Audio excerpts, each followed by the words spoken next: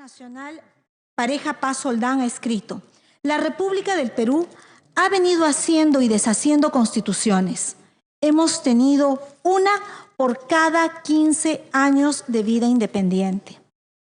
Así pues, hemos pasado de la Constitución de 1823 a la de 1979 y la de 1993.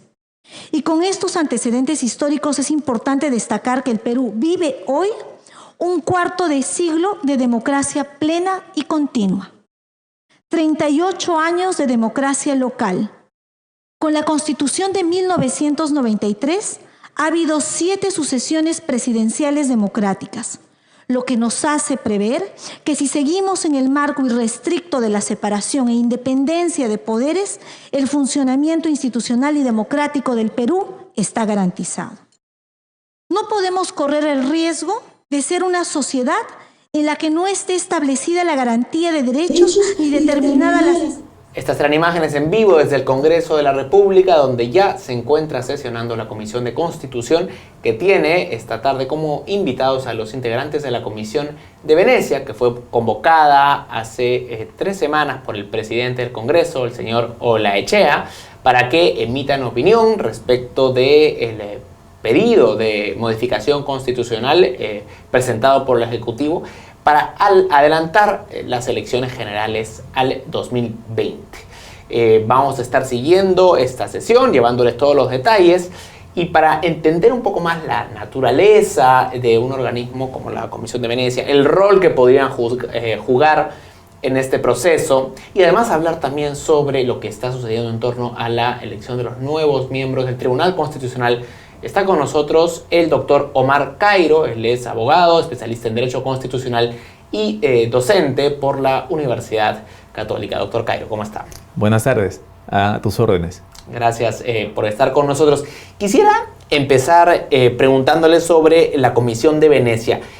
¿En qué instancias o circunstancias uno convocaría a un órgano de esta naturaleza? ¿Por qué se amerita? ¿Por qué ameritaría que se haga en este caso, si es que usted cree que se amerita? Sí, la Comisión de Venecia es un órgano consultivo del Consejo de Europa que tiene básicamente por finalidad fortalecer el conocimiento de los sistemas jurídicos de los países miembros, de los cuales puede formar parte países no europeos desde el año 2002, fortalecer la democracia y el Estado de Derecho, y además analizar el funcionamiento de las instituciones. Entonces creo que cuando se podría convocar a la Comisión de Venecia cuando se presenta una situación inédita que plantea una crisis. Por ejemplo, un presidente que se quiera reelegir 3 veces.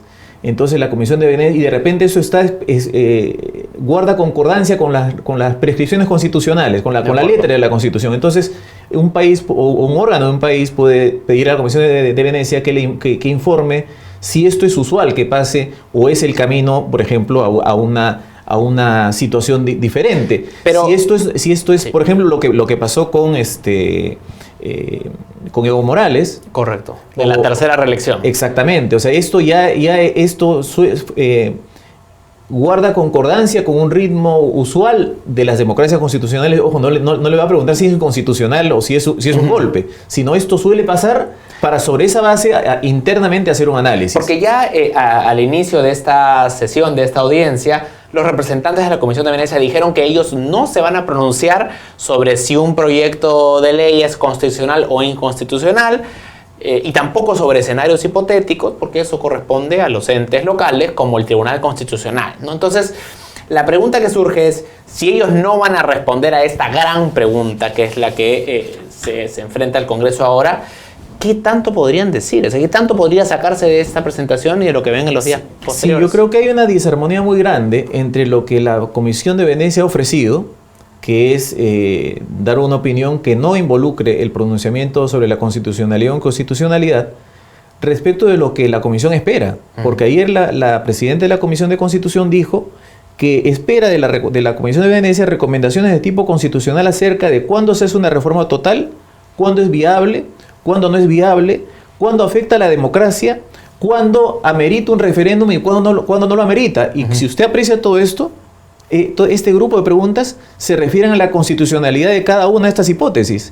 Y la Comisión de Venecia no puede porque ella misma ha dicho, sus representantes han dicho que no pueden pronunciarse sobre esto. No podría la Comisión de Venecia, por ejemplo, decir, este tipo de reforma no se puede hacer por referéndum, porque eso implica estar descalificando la constitucionalidad de la propuesta presidencial. O sea, Sin embargo, esta es la expectativa, ayer lo dijo la presidenta. Sí. Entonces, temo que hay una desilusión cuando se recibe el informe. Ahora, o sea, en buena cuenta lo que puede hacer la Comisión de Venecia es decir cuáles son buenas prácticas, digamos, constitucionales en otros países, qué es lo que se estila, qué es lo que no se estila. Exactamente. Pero no va a decir si es que el proyecto de adelante elecciones es inconstitucional. Esa respuesta no la va a dar. Le va a informar, esto pasa, entonces ustedes vean si este funcionamiento institucional de otros países es adaptable al Perú, cómo le funciona. Ustedes conocen mejor, nosotros conocemos mejor que los señores de Venecia. Nosotros, me refiero como los peruanos y los peruanos representados por el Congreso, cuáles son las condiciones en las cuales las instituciones pueden funcionar. Ese es el panorama que la Comisión de Venecia creo que tiene la intención de dar, y temo que lo que espera la Comisión de Constitución es mucho más. Pero bueno. Ahora, ¿por qué cree usted que se ha convocado a esta comisión en particular, habiendo tantos órganos internacionales que podrían emitir una opinión parecida, ¿no? Es decir, que sean estudiosos del derecho constitucional a nivel internacional y que puedan dar una opinión sobre esto, si esto se estila o no? ¿Por qué en particular la Comisión de Venecia?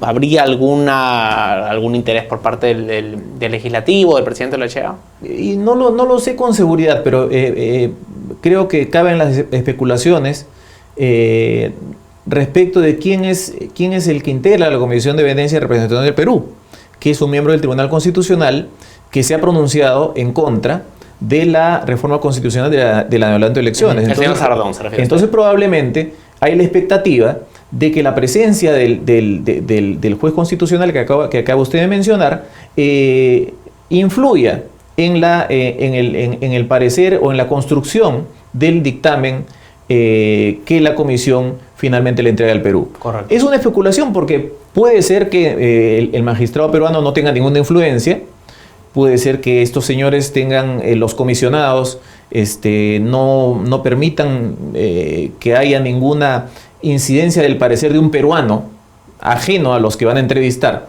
en la elaboración del dictamen, y entonces no habrá ninguna complicación. Pero es posible que el presidente del Congreso haya tenido la expectativa de que el hecho de que el magistrado del Tribunal Constitucional, que ya expresó su posición en contra de la adelanto de elecciones, asegure un dictamen contrario a esta ley de reforma constitucional.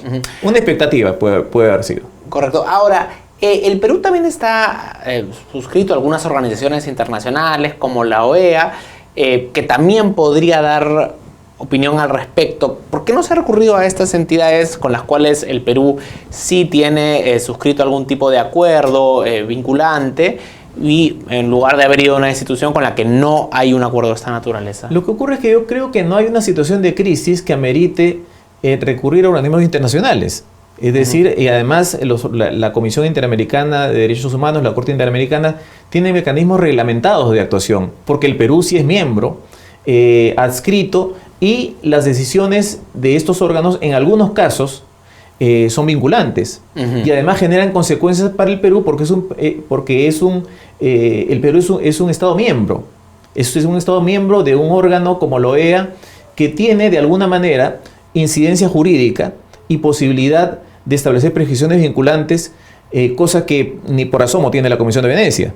Correcto. Ahora, debemos entender esta invitación como una invitación del legislativo, porque el señor Olaechea anunció que se estaba invocando a los miembros de la Comisión de Venecia. Él lo hizo mediante una carta que él firmó, y no es que haya habido ni en el Pleno ni en la Comisión de Constitución un acuerdo para cursar esta invitación. Entonces, ¿cómo deberíamos interpretarla? ¿Como una invitación del presidente del Congreso? ¿Como una invitación del Congreso, del gobierno del Perú? No, yo creo que es una invitación no es una invitación del Congreso. El Congreso se pronuncia mediante acuerdos, mediante resoluciones legislativas, mediante leyes en los casos en los cuales establece regulaciones. El presidente del Congreso es quien ha formulado esta invitación, y creo que las otras instituciones han tenido la cortesía de recibir a la Comisión de Venecia protocolarmente, a pesar de que no es un acto del Parlamento peruano, ¿no?, esta invitación. Ahora, los críticos de esta invitación argumentan que se trata de un intento para dilatar el debate, llevarlo hasta un punto en el cual el adelanto de elecciones ya no sea viable, ¿no? ¿Podría haber algo de eso? Es probable, porque la Comisión de Venecia, como organismo serio, para dar un dictamen tiene que estudiar. Entonces, si la previsión, si ha tenido presente eso, creo que se ha considerado que si el dictamen se necesita para la discusión del proyecto, hay que esperar a que termine, y de hecho la Comisión ha dicho que el 8 o el 9 de octubre lo va a terminar. Entonces, si la Comisión decide esperar al proyecto, a que se le remite el proyecto, el dictamen de la Comisión de Venecia, va a encontrarse con que el presidente del Perú ya ha dicho que si es que no se aprueba el proyecto, puede adoptar alguna medida. Es decir, no es que le esté obligando al Congreso, sino que le está anunciando que, en uso de sus facultades constitucionales, él o algún miembro del Ejecutivo va a adoptar alguna decisión. El Congreso puede traspasar ese plazo, no hay ningún problema, pero el presidente... Que es el 30 de septiembre. Exactamente, pero el presidente ha dicho, si se traspasa ese tiempo, que ustedes pueden hacerlo, el gobierno, a través de uno de sus órganos, adoptará alguna decisión. De acuerdo. Y básicamente... Perdóneme que le interrumpa, esto no es de buena educación, pero si es que en ese contexto, si es que el Congreso decide, la Comisión decide esperar a la Comisión de Venecia, lo más probable es que el presidente adopte la decisión que está anunciando. Estamos hablando de la cuestión de confianza. Es probable que el presidente del Consejo de Ministros tenga pensado plantear una cuestión de confianza pidiendo que se apruebe el proyecto de reforma constitucional y haciendo cuestión de confianza de ese pedido, de tal suerte que, de conformidad con el artículo 132 de la Constitución, si no se apruebe el proyecto, que es la iniciativa, respecto de la cual se ha planteado la cuestión de confianza, entonces el presidente del Consejo de Ministros estará obligado a dimitir. Y cuando dimite el presidente del Consejo de Ministros, todo el gabinete pierde el cargo. Así y como sería el segundo gabinete que pierde el cargo por decisión parlamentaria, entonces el 134 de la Constitución le estaría habilitando, no obligando, al presidente de la República a disolver el Congreso. ¿Está usted diciendo entonces que un cierre del Congreso como consecuencia de una confianza denegada es constitucional, es legítimo, porque hay algunos colegas suyos que discrepan? Sí, yo me remito al artículo 132 y además a la definición de la cuestión de confianza que ha dado el Tribunal Constitucional en el fundamento jurídico número 60 de la sentencia 006-2017 PI/TC, donde dice que la cuestión de confianza es la manifestación del gabinete de dimitir si es que el Congreso no aprueba un proyecto de ley o alguna medida que no exista, pero que el gobierno desee ver convertida en realidad. Entonces, la cuestión de confianza está vinculada a que se apruebe esa medida o ese proyecto de ley, porque si no, el gobierno o el presidente del Consejo de Ministros, en este caso, pierde el cargo. Pero ¿cómo reconciliamos eso con el hecho de que el Congreso no tiene un mandato imperativo? Porque lo que usted está diciendo básicamente es que siempre el presidente podría, o el primer ministro, usar esta herramienta para que se apruebe lo que el Ejecutivo quiere que se apruebe. Mire usted que cuando el presidente del Consejo de Ministros hace una cuestión de confianza, tan no es mandato imperativo que la única consecuencia propia de la cuestión de confianza rechazada es que el presidente pierde el cargo. Eso es todo. En este caso, se presenta la habilitación al presidente para disolver porque estamos en la circunstancia de que es el segundo gabinete que perdería el cargo por decisión parlamentaria. Pero si fuera el primero, no pasaría nada, como no pasó cuando se le rechazó la cuestión de confianza al ministro Zavala. Si un ministro, no el ministro del Solar, planteara la cuestión de confianza, respaldando ese proyecto, la desaprobación del proyecto haría perder el cargo a ese ministro, al ministro de Economía, pero no al gabinete. Entonces, no hay mandato imperativo, hay una circunstancia en la cual el Congreso se ha colocado por el hecho de haber ya antes rechazado la confianza de un gabinete, y el 134 es muy claro. Quisiera pasar al tema de la elección de los nuevos miembros del Tribunal Constitucional. Hay 6 de los sitios que tienen que ser renovados porque los mandatos de estos magistrados se han vencido, y ha surgido una controversia en torno al plazo, básicamente, en el cual se ha propuesto a las cartas, digamos, para llenar estos sitios. Y se ha cuestionado el hecho de que algunos de estos candidatos ya han emitido opiniones sobre algunos temas, como por ejemplo el adelanto de elecciones, o que algunos tienen cercanías con actores políticos. Y yo quisiera preguntarle si es que estos elementos debieran o descalifican a alguien para asumir un lugar en el Tribunal Constitucional, habida cuenta de que, digamos, es normal que abogados constitucionalistas tengan opiniones sobre algunos temas que probablemente les serán consultados luego cuando estén en el TC. ¿Hacen mal ellos en tener una opinión previa y en tener vinculación con alguna organización política? Yo quisiera plantear un punto de partida al respecto. El Tribunal Constitucional es un órgano altamente especializado. Desde el punto de vista de este significado, a este tribunal solamente deberían acceder, es cierto que por decisión del Congreso, personas con un conocimiento, con un conocimiento de una profundidad y de una intensidad amplísimos. Personas que hayan escrito libros, que hayan servido de base para que otros libros se produzcan, que hayan demostrado un conocimiento refinado de la materia constitucional, y entonces ellos deberían ser los postulantes para que el Tribunal Constitucional del Bicentenario tenga el perfil que una institución de este tipo merece.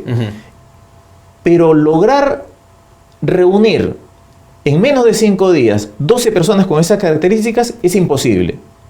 Y esa es la razón por la cual creo que este procedimiento de designación de miembro del Tribunal Constitucional está destinado al fracaso. Es decir, si se designan miembros del Tribunal Constitucional con en el marco de este procedimiento que se está realizando, lo que se va a lograr es una conformación que no reúna las capacidades necesarias para asegurar una impartición de justicia constitucional efectiva y eficiente. ¿Cree usted que los candidatos que se han propuesto, que son 11, no reúnen esas calificaciones que usted señala como tan importantes? Lo que le quiero decir es lo siguiente: es imposible en 5 días reunir, identificar a 11 personas con estas características. Y le pongo un ejemplo que ha salido publicado en vuestro diario. Hay un congresista que dice que propuso a un candidato, pero que no sabía quién era, y que después le llegó un currículum de otro candidato y que no supo quién llegó y lo propuso.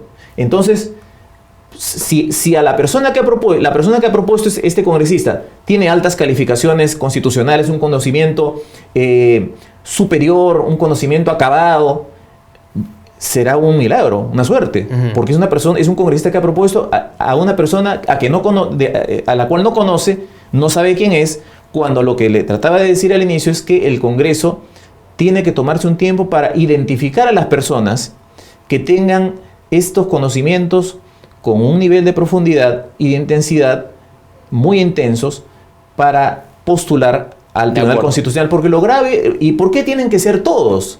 Porque cualquiera de los 11 puede ser elegido. Entonces no basta con decir, bueno, 4 hay y los otros 8 son personas valiosas que quieren coronar su vida pública como juez del Tribunal Constitucional, quieren aprender derecho constitucional. Al Tribunal Constitucional no se va a aprender. Correcto. No se va a concluir con brillo una carrera pública de repente muy notable en otra rama del derecho. Al Tribunal Constitucional se va a servir y se va a volcar lo que uno ha construido en materia de conocimiento constitucional. El señor José Luis Sardón, quien es actualmente miembro del Tribunal Constitucional, ha pedido que se suspenda la audiencia para ver el recurso de libertad de Keiko Fujimori, que estaba programada para este miércoles. Lo que argumenta el señor Sardón básicamente es que en este clima de discusión en torno al proceso de renovación de miembros, no hay un contexto idóneo para ver el caso. ¿Cómo reacciona usted ante este pedido? No, la reprogramación de audiencias es algo que depende del órgano de gobierno del Tribunal Constitucional. Ellos deciden en base a los criterios que tienen, que entiendo que son iguales para todos, es decir, no pueden hacer distinciones de tal o cual persona. Y yo no quisiera especular las razones por las cuales el señor Sardón pretende que esto ocurra después de que se pudiera haber nombrado, espero que no ocurra, a 6 nuevos miembros del Tribunal Constitucional. Las razones subjetivas que haya tenido no las conozco, prefiero no aventurarme a ellas, pero reglamentariamente pueden hacerlo en la medida en que sea una decisión que respete la igualdad de todas las personas que están atravesando una situación de habeas corpus. Que son muchísimas, no solamente el caso de Keiko. Exactamente. Finalmente, ¿por qué habría esta premura que señala usted en renovar a los miembros del TC de la noche a la mañana? Porque los mandatos han vencido, en algunos casos, hace meses ya. ¿Qué ha sucedido en este contexto en particular que de un momento a otro algunos congresistas han sentido pues una repentina premura para definir a los nuevos miembros? Entraremos en el terreno de las especulaciones. Una posibilidad creo que es la percepción de que es posible la disolución y por consiguiente algunos congresistas pudieran estar pensando que es importante tener personas afines a sus posiciones políticas, ya no en el Congreso, porque ya no serían congresistas, sino en otro órgano que es el Tribunal Constitucional. Pero ahí se confunden las cuestiones, se confunden los conceptos, porque el Tribunal Constitucional no es un órgano para hacer valer posiciones políticas. Ya le comenté hace un instante, es un órgano altamente especializado para proteger los derechos de las personas y las leyes y la Constitución. De acuerdo, doctor Cairo, le agradezco mucho. Yo le agradezco a usted también por esta oportunidad. Muchas gracias. El doctor Omar Cairo, él es abogado, especialista en Derecho Constitucional, docente de la Pontificia Universidad Católica del Perú, y nosotros nos vamos a ir al Congreso, donde continúa la Comisión de Constitución sesionando con la presencia de los representantes de la Comisión de Venecia. Veamos.